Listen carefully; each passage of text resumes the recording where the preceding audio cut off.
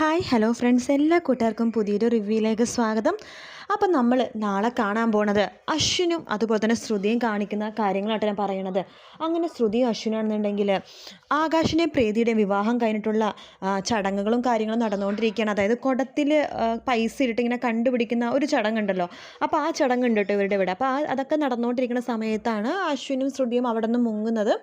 അതിനുശേഷം ഇങ്ങനെ ഇവർ അന്വേഷിക്കുന്നില്ല, കാരണം അവിടെ ആഘോഷങ്ങളുടെ അത്ര തിരക്കാണ്. അതുകൊണ്ട് ഈ പ്രാവശ്യം അശ്വിനെ ശ്രുതിനെ അന്വേഷിച്ചിട്ട് ആരും അങ്ങനെ നടക്കുമെന്നില്ല കേട്ടോ.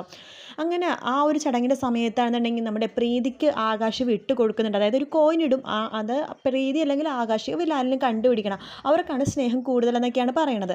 അപ്പോൾ ആകാശിനെയാണ് അത് കിട്ടുന്നത്. പക്ഷേ അത് പതുക്കെ പ്രീതിയുടെ കയ്യിലേക്ക് ആകാശ് കൊടുക്കണം. അപ്പോൾ പ്രീതിക്ക് കിട്ടിയെന്ന് പറഞ്ഞിട്ട് എല്ലാവരും ഭയങ്കര സന്തോഷമൊക്കെ ആയിരിക്കും. പെട്ടെന്ന് അഞ്ജലി കുഞ്ഞ എന്നിങ്ങനെ പറയുമ്പോഴേക്കും എല്ലാവരും അതായത് നേരെ മുമ്പിലേക്ക് നോക്കുമ്പോഴേക്കും നമ്മുടെ അശ്വിനും കൈ പിടിച്ച് ശ്രുതിയും വരുന്നുണ്ട്. അവരുടെ വേഷം കാണുമ്പോൾ തന്നെ അറിയാം ഇവരുടെ കല്യാണം കഴിഞ്ഞിട്ടാണ് വരവെന്ന്. അതിനുശേഷം എല്ലാവരും കൂടി ആകെ ഞെട്ടി ഇങ്ങനെ നിൽക്കുക കേട്ടോ. അഞ്ജലി പറയണ്ടേ, ഇതിവരുടെ തമാശയായിരിക്കും അല്ലേടാ കുഞ്ഞ, എല്ലാവർക്കും എല്ലാവരും സന്തോഷത്തിൽ ഭയങ്കരമായിട്ടിരിക്കുകയല്ലേ, അപ്പോൾ ജസ്റ്റ് ഒന്ന് ടെൻഷൻ അടിപ്പിക്കാനിട്ടുന്നു, ജസ്റ്റ് ഒന്ന് ആദ്യം പിടിക്കാൻ വേണ്ടിയിട്ടും എൻ്റെ കുഞ്ഞനും ശ്രുതിയും കൂടി കാണിക്കുന്ന കലാപരിപാടിയാണ്, അടുത്ത കലാപരിപാടിയാണിത് എന്നൊക്കെ പറയുമ്പോഴേക്കും അശ്വിൻ പറയണ്ടില്ല ചേച്ചി, ഇത് ഒരു തമാശയോ അല്ലെങ്കിൽ ഫണ്ണോ ഒന്നും തന്നെയല്ല. ചേച്ചിയിൽ പറഞ്ഞ വിവാഹം തമാശയല്ല, കളിചിരി തമാശയല്ല, സീരിയസ് ആയിട്ടുള്ള ഒരു ജീവിതമാണെന്ന്. അതെ, ഞാൻ ശ്രുതിനെ വിവാഹം കഴിച്ചു. എന്തൊക്കെയാ കുഞ്ഞാ നീ പറയണത് എന്ന് മുത്തശ്ശിയും ചോദിക്കുക കേട്ടോ. ആ സമയത്ത് അശ്വിൻ പറയണ്ട്, അതേ മുത്തശ്ശി, ഞാൻ ശ്രുതിനെ വിവാഹം കഴിച്ചു എന്ന് പറയാണ്. ശ്രുതിനെ എല്ലാവരും അടിമുടി നോക്കുവാണ്. ശ്രുതിയുടെ കഴുത്തിൽ ഒരു താലിയുണ്ട്, നെറ്റിയിൽ സിന്ദൂരവും ഉണ്ട്. അപ്പോഴേക്കും മുത്തശ്ശിക്ക് ആകെ വല്ലാത്തൊരു വിഷമം തോന്നും കേട്ടോ, ശ്രുതി അശ്വിൻ ഇങ്ങനെ ചെയ്തല്ലോ എന്ന് ആലോചിച്ചിട്ട്. പെട്ടെന്ന് തന്നെ നമ്മുടെ അമ്മ വരുന്നുണ്ട്. ശ്രുതിയുടെ അമ്മ വന്നിട്ട് ചോദിക്കുന്നുണ്ട്, ശ്രുതി നീ അശ്വിൻ സാർ പറഞ്ഞതൊക്കെ സത്യമാണോ? നീയും സാറും തമ്മിൽ കല്യാണം എന്നൊക്കെ പറഞ്ഞിട്ട് വെറിച്ച് ഇങ്ങനെ പറയുമ്പോഴേക്കും ശ്രുതി പറയുന്നുണ്ട്, അതേ അമ്മേ, ഞങ്ങളുടെ കല്യാണം കഴിഞ്ഞു എന്ന് പറഞ്ഞ് തീരുമ്പോൾ തന്നെ അമ്മയുടെ കൈ ശ്രുതിയുടെ മുഖത്തേക്ക് ഒരു ഒറ്റ അടി വെച്ച് കൊടുക്കുകയാണ്. ശ്രുതി പെട്ടെന്ന് അയ്യോ, അതായത് ഇങ്ങനെ പെട്ടെന്ന് തന്നെ ഇങ്ങനെ തല കറങ്ങുന്ന പോലത്തെ ഒരു അടി ആയതുകൊണ്ട് തന്നെ ശ്രുതിക്ക് പെട്ടെന്ന് വല്ലാതെ വീഴാൻ പോകുന്ന പോലെ ആവും കേട്ടോ. ആ സമയത്ത് അശ്വിനെ പിടിക്കുന്നുണ്ട് ശ്രുതി. അതിനുശേഷം അശ്വിൻ ദേഷ്യത്തോട് കൂടി തന്നെ ശ്രുതിനെ ശ്രുതിയുടെ എത്രയൊക്കെ ദേഷ്യം ഉണ്ടെങ്കിലും ആരെങ്കിലും ശ്രുതിനെ ഉപദ്രവിച്ച് അശ്വിൻ്റെ മുഖം മാറും കേട്ടോ. അങ്ങനെ അശ്വിൻ്റെ മുഖം ചെറുതായിട്ട് മാറണൊക്കെ ഉണ്ട്. ശേഷം അമ്മ പറയുന്നുണ്ട്, നീ എന്ത് പനയായിട്ട് നീ കാണിച്ചത്, നീ എന്നാൽ ഞങ്ങൾ ഇത്രമാത്രം ദ്രോഹിച്ചല്ലോ, നീ എങ്ങനെയാണ് ഞങ്ങൾ വളർത്തിയത് എന്നൊക്കെ പറഞ്ഞിട്ട് ഇങ്ങനെ പറയുന്നത്. നീ നിന്റെ ചേച്ചിനെ കുറിച്ച് ആലോചിച്ചോ, അച്ഛനെ കുറിച്ച് ആലോചിച്ചോ എന്നൊക്കെ ശ്രുതിയുടെ അടുത്ത് വല്ലാതെ പിണങ്ങുന്നുണ്ട്. ശ്രുതി കരഞ്ഞുകൊണ്ടിരിക്കുകയാണ്. മനോരമ പറയണ്ടേ, ആഹാ നല്ല അടിപൊളി അഭിനയം, ശരിക്കും കലക്കിയിട്ടുണ്ട് അഭിനയം. ഇവിടെ ആദ്യം ഇവള് കീറസാരിക്കാരി വന്നിട്ട് എങ്ങനെയെങ്കിലും അശ്വിനെ മണിയടിച്ച് കയ്യിൽ കയറ്റാൻ നോക്കി. പക്ഷെ അവൾക്ക് ആ സമയത്ത് ചെയ്യാൻ പറ്റിയില്ല. അതുകൊണ്ട് അവൾ അവളുടെ ചേച്ചിനെ കൊണ്ടുവന്നു. ചേച്ചി ഇങ്ങോട്ട് വന്നു, കാലിൽ മുള്ളു കൊണ്ടെന്നോ സൂചി കൊണ്ടെന്നോ എന്നൊക്കെ പറഞ്ഞിട്ട് എൻ്റെ മോനെ കൊണ്ട് പൊക്കിയെടുപ്പിച്ചു. അങ്ങനെ അവൾ മനസ്സ് കീഴടക്കി അവൾ ഇങ്ങോട്ടേക്ക് വന്നു. പതുക്കെ ശ്രുതിയും വന്നു. ഇതെന്തോ കുഞ്ഞിനെ കൈവിഷം കൊടുത്തിട്ട് എന്നെ അവൾ കെട്ടിയേക്കണത് എന്ന് പറയുമ്പോൾ അശ്വൻ പറയേണ്ട, ഒരു കൈവിഷമല്ല, എനിക്ക് ശ്രുതിന് ഇഷ്ടമാണ്, പെട്ടെന്ന് കല്യാണം കഴിക്കാൻ തോന്നി, കല്യാണം കഴിച്ചു. നിങ്ങൾ തന്നെയല്ലേ മുത്തശ്ശി എല്ലാവരും പറഞ്ഞത് ആകാശിൻ്റെ വിവാഹത്തിന് മുമ്പ് എൻ്റെ വിവാഹം കാണാൻ താല്പര്യമുണ്ടെന്ന്. ഇപ്പോൾ രണ്ടും ഒരു ദിവസം തന്നെ ആയില്ലേ എന്നൊക്കെ അശ്വിൻ പറഞ്ഞിട്ട് അവിടെ നിന്ന് അങ്ങോട്ട് പോകുക കേട്ടോ. ശ്രുതിനെ വീണ്ടും വീണ്ടും മനോരമ കുറ്റപ്പെടുത്താണ്. എന്നാലും നിന്നെ സമ്മതിച്ച് തന്നിരിക്കുന്നത്, നീ വിചാരിച്ച കാര്യങ്ങളൊക്കെ നടത്തി കളഞ്ഞല്ലോ, ഭയങ്കരയാണ് നീ എന്നൊക്കെ പറയാം കേട്ടോ. ശ്രുതിയാണെങ്കിൽ കരഞ്ഞുകൊണ്ട് തന്നെ ഇരിക്കുകയാണ്. ഒന്നെടുത്താൽ ഒന്ന് ഫ്രീ എന്നൊക്കെ ഞങ്ങൾ സൂപ്പർ മാർക്കറ്റിലും കടകളിലൊക്കെ കാണാറില്ലേ എന്നൊക്കെ പറഞ്ഞിട്ട് ബന്ധുക്കളൊക്കെ ഇങ്ങനെ പറയാം കേട്ടോ. അതുപോലെ തന്നെയാണ് ഇവളുടെ ചേച്ചിനെടുത്തത്, ഇവള് ഫ്രീ എന്ന് പറയാണ്. എന്തായാലും ദരിദ്രവാസി കുടുംബം ഈ വീട്ടിൽ തന്നെ കയറി പറ്റിയല്ലോ എന്നൊക്കെ പറഞ്ഞിട്ട് ഹോ മൈ ഗോഡ് എന്നൊക്കെ പറഞ്ഞിട്ട് വല്ലാത്ത ഇങ്ങനെ പറഞ്ഞുകൊണ്ടിരിക്കണം. പക്ഷെ ആർക്കൊന്നും പറയാൻ പറ്റുന്നില്ല. അപ്പോൾ അമ്മയൊക്കെ അത് കേട്ടുകൊണ്ടിരിക്കുകയാണ് കേട്ടോ. അമ്മ പറയുന്നുണ്ട്, ഇപ്പം എനിക്ക് തോന്നുന്നു ശ്രുതി, ഇവിടുത്തെ മനോരമ പറയണതൊക്കെ സത്യമാണെന്ന്. നിൻ്റെ ഉദ്ദേശം അത് തന്നെയായിരുന്നില്ലേ? നീ ഏറ്റവും വലിയ പണക്കാരനെ തന്നെ കെട്ടാൻ നോക്കി, അതിൻ്റെ ഫലമല്ലേ നിൻ്റെ ചേച്ചിനെ നീ ഇവിടെ കെട്ടിച്ചതെന്നൊക്കെ പറയണം. നീ അവർക്ക് വേണ്ടി ഒരു പ്ലാൻ ഉണ്ടാക്കിയിട്ട് അവരുടെ കല്യാണം നടത്തി, പിന്നെ നീയും പതുക്കി ഇവിടെ വന്നു. മനോരമ പറഞ്ഞതൊക്കെ സത്യമാണെന്ന് ഞങ്ങൾ ഇപ്പോൾ വിശ്വസിക്കുകയാണെന്നൊക്കെ പറയുമ്പോഴേക്കും അമ്മ അങ്ങനെയൊന്നുമില്ല എന്ന് പറയുമ്പോൾ, വേണ്ട നീ മിണ്ടിപ്പോയത്, അമ്മയെന്നോ ആരടി നിൻ്റെ അമ്മ, ഇവിടെ വെച്ച് എല്ലാ ബന്ധവും തീർന്ന്, ഇനി എനിക്ക് ഇങ്ങനത്തെ ഒരു മോളില്ല എന്ന് പറഞ്ഞിട്ട് അമ്മ അപ്പുറത്തേക്ക് പോവാണ്.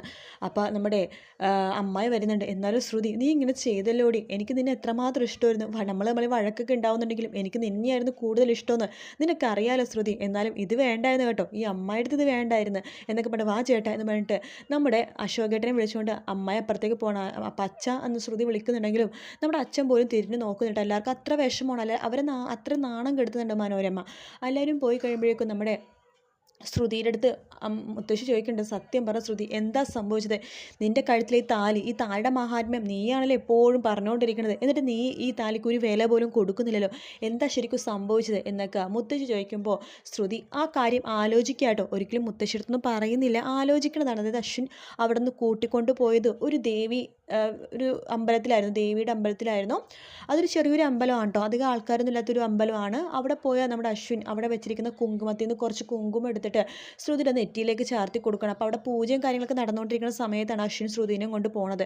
അശ്വിൻ്റെ കയ്യിൽ ഒരു താലി ഉണ്ടായിരുന്നു, അമ്പലത്തിൽ നിന്ന് തന്നെ മേടിച്ച താലിയാണ് കേട്ടോ. ആ താലി നമ്മുടെ ശ്രുതിയുടെ കഴുത്തിൽ, മഞ്ഞച്ചരടിൻ്റെ താലി ശ്രുതിയുടെ കഴുത്തിൽ കെട്ടിക്കൊടുക്കുകയാണ്. ശേഷം അശ്വിൻ പറഞ്ഞിട്ട്, ഇന്ന് മുതൽ നീ എൻ്റെ ഭാര്യയാണ് എന്ന് പറഞ്ഞിട്ടാണ് അവിടെ നിന്ന് വിളിച്ചോണ്ട് വന്നത്. അപ്പോൾ ഈ കാര്യം ശ്രുതി ആ സമയത്ത് ആലോചിക്കുകയാണ്. അപ്പോൾ മുത്തശ്ശി ചോദിക്കേണ്ടത്, എന്താ ശ്രുതി നീ ആലോചിക്കണത്, എന്താ സംഭവിച്ചത്? അശ്വിൻ നിന്നെ വല്ല പേടിപ്പിച്ചിട്ടാണോ കല്യാണം കഴിച്ചത്, അതോ എന്താ സംഭവം, ഞങ്ങൾക്കൊന്നും മനസ്സിലാവുന്നില്ലെന്ന് പറയുമ്പോൾ ശ്രുതി ഒന്നും മിണ്ടാതെ കരഞ്ഞുകൊണ്ടിരിക്കുകയാണ്. ശേഷം ശ്രുതി പതുക്കെ റൂമിലേക്ക് പോയിട്ട് അശ്വിനോട് പൊട്ടിത്തെറിക്കേണ്ടതൊക്കെ ആയിട്ടോ പിന്നീട് കാണിക്കുന്നത്. നിങ്ങൾ എന്തിനാ ഇങ്ങനെ ചെയ്തത്? എനിക്കിപ്പോൾ ആരും ഇല്ലാണ്ടായി, നിങ്ങൾക്ക് എല്ലാവരും ഉണ്ടല്ലോ, എനിക്ക് എൻ്റെ അമ്മേനെ നഷ്ടപ്പെട്ടു, അച്ഛനെ നഷ്ടപ്പെട്ടു, അമ്മായി എല്ലാവരും പോയി, ചേച്ചി പോലും എന്നെ നോക്കണോ മിണ്ടണോ ഒന്നുമില്ല, എല്ലാത്തിനും കാരണം നിങ്ങളാണ്, നിങ്ങൾക്ക് സമാധാനമായല്ലോ എന്നൊക്കെ പറയണം. അശ്വിൻ അതിനൊന്നും തന്നെ മറുപടി കൊടുക്കുന്നില്ല. ശേഷം അഞ്ജലി വരുവാണ്, അവരുടെ രണ്ടു റൂമിൽ നിന്ന് പുറത്തേക്ക് ഇറങ്ങാൻ പറയണം, മണിയറ ഒരുക്കണമെന്ന് പറയാണ്. ഇവരുടെ കല്യാണം ഇപ്പം ഇങ്ങനെ നടക്കുമെങ്കിൽ പിന്നീട് നല്ല ഗംഭീരമായിട്ട് നടത്താനൊക്കെ നിൽക്കും കേട്ടോ. ഈ ശ്യാം അതിനിടയിൽ ഒരു കുസൃതിയൊക്കെ കാണിക്കുന്നുണ്ട്. ശ്യാം ഇവർ തമ്മിൽ ഫസ്റ്റ് നൈറ്റ് നടക്കുന്നുണ്ടോ, ഇവർ തമ്മിൽ അടുക്കുന്നുണ്ടോ എന്നൊക്കെ അറിയാൻ വേണ്ടിയിട്ടുള്ള കാര്യപരിപാടികൾ ശ്യാമിൻ്റെ ഭാഗത്ത് നിന്ന് ചെയ്യുന്നുണ്ട്. ശ്യാമിനാണെങ്കിൽ ആകെ ദേഷ്യം വരുന്നു കേട്ടോ.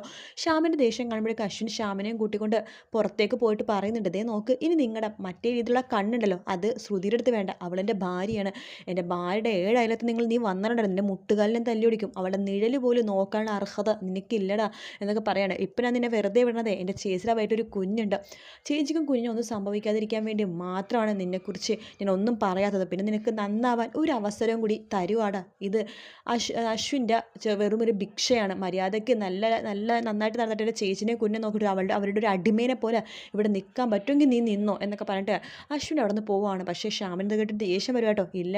ഇല്ലടാ കുഞ്ഞാ, ഞാൻ ഒരിക്കലും ശ്രുതിനെ വിട്ടു പോവില്ല, ഈ ജന്മം എനിക്ക് ശ്രുതി മതി, അവളില്ലാതെ എനിക്ക് ജീവിക്കാൻ പറ്റില്ല, അവളെ തന്നെ ഞാൻ കല്യാണം കഴിക്കും, അത് നിന്നെ നിന്ന് എടുത്തിട്ടാണെങ്കിലും കല്യാണം കഴിച്ചിരിക്കും എന്നൊക്കെ പറയാണ്. അതിന് ശേഷമാണെന്നുണ്ടെങ്കിൽ ശ്രുതിയാണെങ്കിൽ എപ്പോഴും കരച്ചിൽ തന്നെയാണ്, ആരും ശ്രുതി എടുത്ത് മിണ്ടുന്നതിനോട്ട് ആകെ വിഷമമാണ്. അമ്മേനെ വിളിക്കുമ്പോഴൊന്നും അമ്മയും അച്ഛനും ആരും ഫോൺ എടുക്കില്ല, അമ്മായി ഫോൺ എടുക്കില്ല, ചേച്ചി മിണ്ടണില്ല. അവസാനം പതുക്കെ നമ്മുടെ പ്രീതി മിണ്ടി തുടങ്ങുന്നുണ്ട്. പ്രീതിൻ്റെ കെട്ടിപ്പിടിക്കുകയൊക്കെ ചെയ്യട്ടെ, സോറി ശ്രുതി, ഞാൻ അങ്ങനെയൊക്കെ പറഞ്ഞത് എൻ്റെ വിഷമം കൊണ്ടിട്ടാണ്, നീ എന്തിനാ ഇങ്ങനെയൊക്കെ ചെയ്തതെന്നൊക്കെ ചോദിക്കുമ്പോൾ അപ്പോഴും ശ്രുതി മറുപടി ഒന്നും പറയില്ല. ഈ നടന്ന സംഭവങ്ങളൊന്നും തന്നെ ശ്രുതിയോ അശ്വിനോ ആരോടും പറയില്ല കേട്ടോ. അതാണ് അവരുടെ ക്യാരക്ടറിൻ്റെ ഒരു പോസിറ്റീവ് സൈഡ് എന്ന് പറയുന്നത്. ഇവരുടെ ഒരുപോലത്തെ ക്യാരക്ടറാണ്, ഇവരെന്തുണ്ടെങ്കിലും ആരോടൊന്നും പറയില്ല, അത് മനസ്സിൽ തന്നെ വെക്കുള്ളൂ, ഒരുപോലത്തെ ചിന്തയാണ് ഇവർക്ക് രണ്ടുപേർക്കും. എന്തായാലും നാളത്തെ എപ്പിസോഡിൽ അതിഗംഭീരമായിട്ട് ഭാഗങ്ങളാണ് കാണിക്കാൻ പോകുന്നത്. വീഡിയോ ഇഷ്ടപ്പെട്ടെങ്കിൽ ലൈക്ക് ചെയ്യുക, സബ്സ്ക്രൈബ് ചെയ്യാൻ മറക്കരുത്, കമൻറ്റ് ചെയ്യാൻ മറക്കരുത് ഫ്രണ്ട്സ്. അത് മറ്റൊരു വീഡിയോ ആയിട്ട് നാളെ രാവിലെ കാണാം. Good night, take care, bye bye.